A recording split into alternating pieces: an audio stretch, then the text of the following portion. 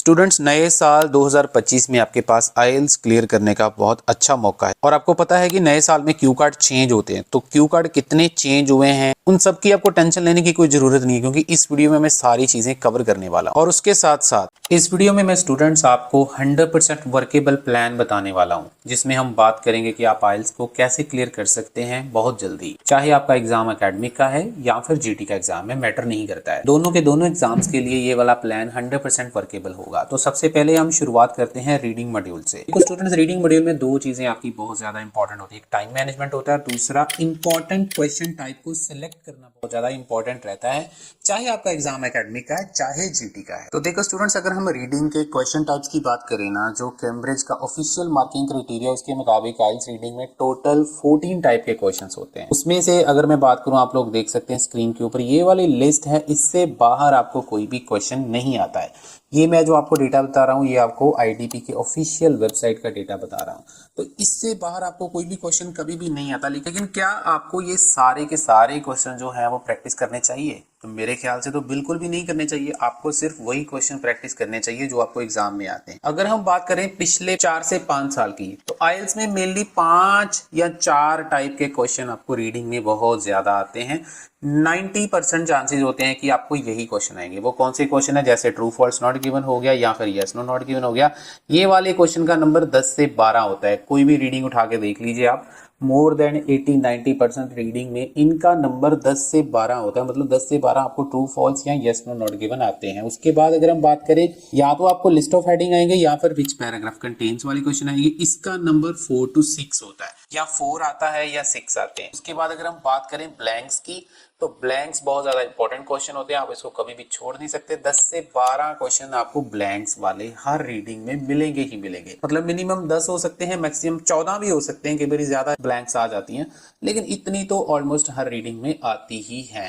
कोई rarest of the rare reading होगी जिसमें ये चीज नहीं होगी। उसके बाद अगर मैं बात करूं राइटर ओपिनियन की, 3 से 5 आपको राइटर ओपिनियन वाले क्वेश्चन आते हैं। और इनका ही अगर आप टोटल कर लें, ये जो क्वेश्चन मैंने आपको बताए हैं 4 टाइप के, तो आपका क्वेश्चन का जो टोटल बनेगा वो 23 से लेके 26 बन जाता है। तो मेरा कहने का मतलब क्या है कि आपको जो मैंने 14 के 14 क्वेश्चन टाइप बताए हैं वो प्रैक्टिस नहीं करने हैं, आपको ये वाले क्वेश्चन ज्यादा प्रैक्टिस करने हैं, इसमें परफेक्शन हासिल करनी है। दूसरे क्वेश्चन जैसे मैं अगर बात करूं, उनके ऊपर आपको टाइम वेस्ट नहीं करना है, जिसमें से अगर मैं बात करूं मल्टीपल चॉइस वाले क्वेश्चन हो गए या फिर मैचिंग सेंटेंसेस वगैरह वाले क्वेश्चन हो गए, उसके ऊपर आपको बहुत ज़्यादा अपना टाइम वेस्ट करने की ज़रूरत नहीं है, क्योंकि वो 6 बैंड लेने के लिए इतने इंपॉर्टेंट नहीं होते। 6 बैंड आपके, अगर आपने पिछले वाले जो मैंने क्वेश्चन अभी आपको बताए हैं वही अगर आप कर लेंगे तो भी आपके 6 बैंड आ जाएंगे। ये अगर आपको 6 से ज्यादा स्कोर चाहिए तब आपके लिए ये इंपॉर्टेंट हो जाते हैं, लेकिन इतने ज्यादा ये इंपॉर्टेंट नहीं होते हैं। इनके ऊपर ध्यान देना है, लेकिन इतना ज्यादा ध्यान नहीं देना है। तो अब हम बात करते हैं, ये जो क्वेश्चन टाइप्स मैंने आपको बताए हैं, इसको करने के लिए कोई ना कोई स्किल तो चाहिए होती है ना। ये ऐसे ही नहीं होते कि इसको आप तुक्का मार के कर लोगे, ऐसे नहीं होने वाले। इसके लिए डिफरेंट डिफरेंट स्किल्स होती हैं, जिसके बारे में थोड़ा थोड़ा मैं इस वीडियो में आपको बताने की कोशिश करूंगा। बहुत ज्यादा डिटेल में तो नहीं बता पाऊंगा, क्योंकि आप लोग बोर हो जाते हैं। अगर आपको लंबी वीडियो चाहिए तो प्लीज कॉमेंट सेक्शन में कॉमेंट करें, लेकिन मैं आपको थोड़ा थोड़ा इन सभी स्किल्स के बारे में बताने जा रहा हूँ। The history of cakes at wedding, ये वाला पैसेज आपको आया था 26 अक्टूबर को एकेडमिक वालों को। भाई हम पहले क्वेश्चन को रीड करते हैं, लेकिन उससे पहले अगर हमारे चैनल पे फर्स्ट टाइम विजिट किया तो चैनल को सब्सक्राइब करके वीडियो को लाइक कर देना। तो सेकंड क्वेश्चन को रीड करते हैं। कहते हैं confetti is still made of nuts, dried fruits and honeyed elements. अब देखो, जब हम पैसेज में जाएंगे ना, ये नट्स भी आपको दिखेगा, फ्रूट्स भी दिखेंगे, हनीड एलिमेंट्स भी दिखेंगे, लेकिन फिर भी ये वाला आंसर फॉल्स है। क्यों फॉल्स है आइए जानते हैं। ये देखिए, यहाँ पर आपको कन्फेटी दिख रहा है, यहाँ पर नट्स दिख रहा है, फ्रूट्स दिख रहा है, हनीड एलिमेंट्स दिख रहा है, लेकिन ये आंसर फॉल्स है। अब ये आंसर फॉल्स क्यों है? क्योंकि ये सारे का सारा आंसर इस एक वर्ड के ऊपर टिका हुआ है, जो है still. Confetti is still. Still का मतलब है अभी भी वो नट्स, ड्राई फ्रूट और हनीड एलिमेंट से बनते हैं। लेकिन अगर हम पैसेज में देखते हैं ना, इसने लिखा है wedding guest were also supplied with sweet meets called confetti, a sweet mixture of nuts, dried fruit and honeyed elements. मतलब यहाँ पर जो लिखा ना इसने कि उनको वो सप्लाई किया जाता था, लेकिन आगे जाकर उसने उसको चेंज कर दिया। इवेंचुअली क्या हो गया है, confetti in the form of sweets nuts was replaced with rice, flower petals और कलर्ड पेपर। ये तीन चीजों से ये वाले पार्ट को रिप्लेस कर दिया गया है। इसका मतलब इस टाइम पे जो कन्फेटी है वो ओल्ड वाली जो तीन चीजें थी, नट्स, फ्रूट और हनी, उनसे नहीं बनती हैं। इस टाइम पे ये वाली तीन चीजों से बनता है। तो ये आंसर आपका फॉल्स हो जाएगा। तो स्टूडेंट्स, क्या समझ आया आपको? मैं सिर्फ ये समझाने की कोशिश कर रहा हूँ, ये जो ट्रू फॉल्स नॉट गिवन वाले क्वेश्चंस होते हैं ना, इसमें आपको कीवर्ड के साथ मैचिंग नहीं करनी होती है। इसमें आपको एक लैंग्वेज सेलेक्ट करनी आनी चाहिए। जिस दिन आपको ये लैंग्वेज सेलेक्ट करनी आ जाएगी, आपका टीचर आपको सिखा देगा कि ये पर्टिकुलर लैंग्वेज के ऊपर आपका true false not given decide होने वाला है, उस दिन आपका एक भी ट्रू फॉल्स नॉट गिवन गलत होने वाला नहीं है। तो एक पर्टिकुलर लैंग्वेज आपको सिलेक्ट करनी आनी चाहिए, उसके साथ साथ थोड़ी बहुत कई बारी कॉमन सेंस के ऊपर भी ट्रू फॉल्स नॉट गिवन वाले क्वेश्चंस टिके होते हैं कि डिफरेंट टेक्निक्स होती हैं, स्ट्रैटेजीज होती हैं, शॉर्टकट्स होते हैं, वो सारे हमने अपने क्रैश कोर्स में कवर कर रखे हैं। आप लोग रिजल्ट देख सकते हैं स्क्रीन के ऊपर, इतने अमेजिंग रिजल्ट हैं हमारे। ये 1500 रुपए का कोर्स आपकी लाइफ बना सकता है। आपके जो बार बार आप पैसे खराब कर रहे हैं वो खराब करने की जरूरत आपको नहीं है, क्योंकि इसमें आपको प्रेडिक्शन भी साथ में फ्री ऑफ कॉस्ट मिल जाता है और स्टेप बाय स्टेप आपको पूरी प्रॉपर गाइडेंस मिल जाती है। आपके पास टाइम नहीं है प्रैक्टिस करने का, आप इंस्टीट्यूट जाते हो नहीं जाते हो कोई फर्क नहीं पड़ता, लाइफ टाइम वैलिडिटी के साथ आपको ये मिलती है। इसी प्रकार से थोड़ा सा मैं ब्लैंक्स वाला पार्ट भी आपको बता देता हूँ। ऐसे ही बिल्कुल हम आपको पढ़ाते हैं। अगर आपको भी ऑनलाइन क्लासेस चाहिए तो आपको दिख रहा होगा नंबर स्क्रीन के ऊपर, आप हमारे साथ कांटेक्ट कर सकते हैं। स्पेशली कनाडा वाले स्टूडेंट, बहुत अच्छे रिजल्ट्स आ रहे हैं। वन वर्ड ओनली है तो क्वेश्चन को रीड करते हैं। Some job seekers have difficulty with their CV because they have not learned which qualities they should. अब आपको अगर थोड़ा सा ग्रामर का रूल पता हो तो should, would, can, could, may, might सभी के बाद हमें वर्ब चाहिए। वो सारी चीजें भी हम सिखाते हैं। जब आप हमसे क्लासेस लेंगे डेफिनेटली हमारा ये काम है। तो क्या कहता है कि जॉब सीकर्स को डिफिकल्टी होती है अपने सीवी में क्योंकि उन्होंने सीखा नहीं होता। विच क्वालिटीज दे शुड, कि कौन सी क्वालिटी के बाद उसके बाद वर्ब चाहिए। वो क्वालिटी में ऐसी क्या चीज होनी चाहिए जो उन्होंने नहीं सीखी होती है। अब देखो कैसे इसने पैराफ्रेज किया होगा इसको। देखो, struggle with variety of problem का मतलब है डिफिकल्टी होती है, such as not knowing how to structure a CV और how to highlight their most relevant strengths. अब स्ट्रेंथ का मतलब क्वालिटी हो गया, तो हमें वर्ब चाहिए था सारे के सारे सेंटेंस में। तो वर्ब हमारे पास क्या है? हाईलाइट। स्ट्रक्चर भी है लेकिन स्ट्रक्चर सीवी के लिए है तो वो कट जाएगा। हमें क्वालिटी वाला वर्ब चाहिए तो क्वालिटी वाला हाईलाइट आ जाएगा। देखो कितना आसानी से हमें पता चलेगा कि यहाँ पे हाईलाइट हमारा आंसर आने वाला है। तो देखो स्टूडेंट्स, अगर हम टिप्स की बात करें, रीडिंग ब्लैंक्स को सॉल्व करने के टिप्स की बात करें, तो सबसे पहले ग्रामर का रोल बहुत ज्यादा इंपॉर्टेंट होता है, जिसमें नाउन, वर्ब, एडजेक्टिव और एडवर्ब ये स्पीच के पार्ट्स होते हैं। वैसे तो 5 होते हैं लेकिन मैंने यहाँ पे 4 लिखे हैं जो आपको आइल्स में सबसे ज्यादा इंपॉर्टेंट होते हैं। जैसे मैंने अभी आपको वीडियो में बताया कि कैसे हमें वर्ब और नाउन का डिफरेंस पता होना चाहिए। उसके बाद अगर बात करूं पंक्चुएशन, जैसे कॉमा, इन्वर्टेड कॉमा, हाइफन और डैश बहुत ज़्यादा रोल प्ले करते हैं किसी भी एक्स्ट्रा इन्फॉर्मेशन को एलिमिनेट करने में। और लास्ट में बताना चाहूँगा पैराफ्रेजिंग का भी काफ़ी अच्छा रोल होता है, जिससे आप ब्लैंक्स को इजीली सॉल्व कर पाते हैं। पैराफ्रेजिंग का मतलब सिर्फ और सिर्फ सिनोनिम्स नहीं है। सिनोनिम्स कुछ हद तक आपकी हेल्प करते हैं लेकिन कई बार हमें कुछ कॉमन अंडरस्टैंडिंग के ऊपर भी चीज़ों को करना पड़ता है, जो हमने अपने क्रैश कोर्स में कवर किया हुआ, जिसका जिक्र मैंने अभी किया।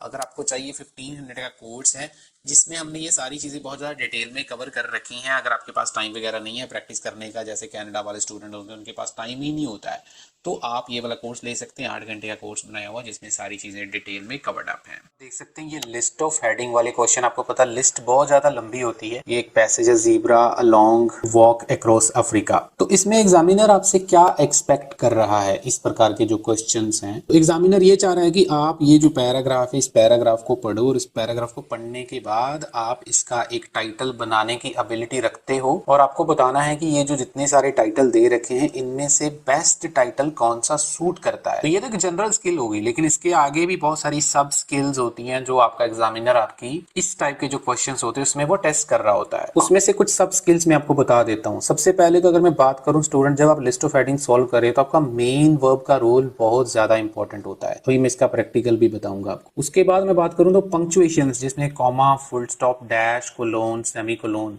ये बहुत बड़ा रोल प्ले करते हैं आपको मेन आइडिया को समझने में और जो एक्स्ट्रा इंफॉर्मेशन दे रखी है उसको एलिमिनेट करने में। और थर्ड नंबर पर आपकी रेफरेंसिंग, जिसमें इट, दैट, विच वगैरह जो वर्ड्स होते हैं वो एग्जामिनर किसी एक बड़ा सा नाउन फ्रेज होता है, उसको सब्स्टिट्यूट करने के लिए ये वाले वर्ड वो यूज करते हैं। तो आइए हम सबसे पहले इसका प्रैक्टिकल देखते हैं। और मैं बताना चाहूंगा स्टूडेंट, आपके सामने ये ए पैराग्राफ है और इस पैराग्राफ में जो पहला सेंटेंस है उसका फुल स्टॉप आपको यहाँ पे दिख रहा है। अब कोई आम स्टूडेंट होगा ना, उसको इसके बारे में बिल्कुल समझ में नहीं आएगा। वो क्या करेगा, वो बिल्कुल स्टार्टिंग से इसको ऐसे ऐसे करके अंडरलाइन करना पढ़ना स्टार्ट कर देगा। लेकिन अगर मैं आपकी जगह हूँ तो मैं इसमें से सिर्फ मेन वर्ब देखूंगा। मेन वर्ब कहाँ पे, वो आप देख सकते हैं, इसमें मेन वर्ब मेरा ये दे रखा है। क्या लिखा हुआ है, इज अ रिमार्केबल अचीवमेंट। तो इससे पीछे वाला जितना भी पार्ट है वो सारा आपका सब्जेक्ट है। अब देखो इसका मीनिंग अगर मैंने बनाना बहुत सिंपल बन जाएगा कि ये एक रिमार्केबल अचीवमेंट है। क्या रिमार्केबल अचीवमेंट है, 270 किलोमीटर का जो वॉक करते हैं जीब्रास, आगे उसने एक जगह का नाम लिखा है। तो ये जो 270 किलोमीटर का वॉक करते हैं वो एक रिमार्केबल अचीवमेंट है। उसके बाद यहाँ पर एक डिस्कोर्स मार्कर आ गया है और दूसरा सेंटेंस आपका यहाँ पे खत्म हो गया। तो इसमें दोबारा से मेरे को मेन वर्ब चाहिए, तो दोबारा से मेरा जो मेन वर्ब है यो यहाँ पर लिखा हुआ है। तो मेन वर्ब के बाद अब पढ़ के देखो, इसने लिखा इज क्वाइट एक्स्ट्रा ऑर्डिनरी। इसका मतलब ये भी एक बहुत बड़ी एक्स्ट्रा ऑर्डिनरी चीज है। क्या एक्स्ट्रा ऑर्डिनरी चीज है, ये देखो 11 दिन में वो ट्रेवल करते हैं जीब्रा की पॉपुलेशन में। ये देखो कितने सारे यहाँ पर कॉमास भी लगा रखे हैं इसने, यहाँ पर भी कॉमा है, यहाँ पर भी कॉमा है। मतलब 270 किलोमीटर का वॉक एक रिमार्केबल अचीवमेंट है। उससे भी बढ़िया चीज क्या है कि ये चीज वो 11 दिन में कंप्लीट कर लेते हैं। तो यहाँ पर मैंने सिर्फ मेन वर्ब के ऊपर ज्यादा फोकस किया है। अब उसके बाद देखिए जो नेक्स्ट सेंटेंस है वो यहाँ से स्टार्ट हुआ है और यहाँ पर ये खत्म हो गया है। कितना लंबा सेंटेंस है देखिए, लेकिन मैं सारा सेंटेंस नहीं पढ़ूंगा। देखो एग्जॉस्टिंग राउंड ट्रिप कितने किलोमीटर का होता है, 588 किलोमीटर का। उसके बाद ये आपको यहाँ पर डैश दिखाई दे रहा है, यहाँ से स्टार्ट होता है डैश और यहाँ पर खत्म होता है। तो ये जो इंफॉर्मेशन है डैश वाली, ये आपके लिए इंपॉर्टेंट नहीं है। डैश जब भी आपको आएगा वो या तो वो डेफिनेशन के लिए यूज किया जाता है या फिर पीछे कोई जो उसने एक्सप्लेनेशन दे रखी है उसके बारे में और ज्यादा डिटेल में बताने के लिए वो यूज करते हैं। तो ये मेरे लिए इंपॉर्टेंट नहीं है। सिंपल 588 किलोमीटर का वो राउंड ट्रिप लगाते हैं और उसके बाद मेरे को मेन वर्ब चाहिए दोबारा से। तो इसमें जो मेरा मेन वर्ब है वो ये वाला वर्ब है कि उनकी जर्नी में इतने का राउंड ट्रिप होता है, making it second only to the great by the zebra herds in, आगे पार्क का नाम लिखा हुआ है। ये जो कैपिटल में जितने भी दिख रहे हैं ये सारे नाम हैं। ये मेरे लिए याद रखना इंपॉर्टेंट नहीं है, सिर्फ हम ये इसको ऐसे याद रखेंगे कि ये किसी जगह का नाम है। तो अब देखो कितना आसान हो गया, 270 किलोमीटर ट्रैवल करना रिमार्केबल अचीवमेंट है। इससे भी बढ़िया चीज क्या है कि वो 11 दिन में कंप्लीट कर लेते हैं और उनका जो राउंड ट्रिप होता है वो 588 किलोमीटर को होता है। और ये जीब्रा की पॉपुलेशन में ऐसा करने वाला ये सेकंड अचीवमेंट है या सेकंड कोई चीज है। देखो कितना आसानी से मेरे को इसका जिस्ट बन रहा है। तो इसमें से स्कैन करेंगे तो बड़े आराम से आपको आंसर मिलना चाहिए कि इसका आंसर जो है नियरली रैकेड, क्योंकि रैकेड सारा है जीब्रा वर्ल्ड में, एक रैकेड है सारा कि इतने किलोमीटर ट्रैवल करते हैं, इतने का राउंड ट्रिप लगाते हैं, 11 दिन में लगा लेते हैं, जो एक रैकेड है। तो बड़े आराम से आपको आंसर मिल जाएगा। अब आप थोड़ा सा स्टूडेंट समझिए मेरी बात को, जो मैंने आपको अभी समझाया है। ये तो सभी को पता है कि ये एक पैराग्राफ दिया होता है और इसका मेन आइडिया हमने फाइंड आउट करके और ये वाली ऑप्शंस में से देखना है कि क्या आंसर हमारा सूट करता है। लेकिन ऐसा करने के लिए जो आपकी सब स्किल्स हैं वो आपकी कितनी अच्छी हैं वो आपको फाइंड आउट करना है। जैसे मैंने आपको बताया कि आपको मेन वर्ब के बारे में कितनी नॉलेज है, कितनी जल्दी आप किसी सेंटेंस का मेन वर्ब पकड़ते हो, जैसे मैंने आपको इस वाले पैराग्राफ में बताया।